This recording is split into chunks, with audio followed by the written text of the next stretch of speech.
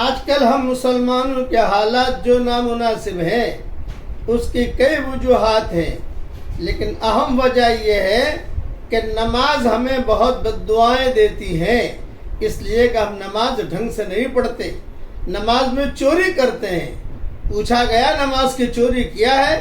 یہ کہا جو رکوع ٹھیک نہ کرے، سجدہ ٹھیک نہ کرے، فجر کے وقت بیگم اٹھا رہی ہے، ارے حضرت اٹھ جائیے، 6:15 بجے جو ہے سورج طلوع ہو رہا ہے، اٹھ جائیے، ابھی تو 6 بجے، ابھی تو 6 بجے، 5 منٹ کے بعد اٹھ جائے گا۔ اب بیچاری پھر آئی، اٹھ جائیے، اب تو 10 منٹ رہ گئے، اب 2 منٹ، اب جو ہے 5 منٹ باقی ہے، بھاگا جائے گا، جلدی وضو کرے گا، اور ٹوپی نہیں ملی تو بیوی کی اوڑھنی سر میں رکھ لی، اللہ اکبر کر کے نماز پڑھنے کے بعد بیوی نے کہا کہ 6:20 تو ہو گئے ہیں، سورج تو طلوع ہو گیا۔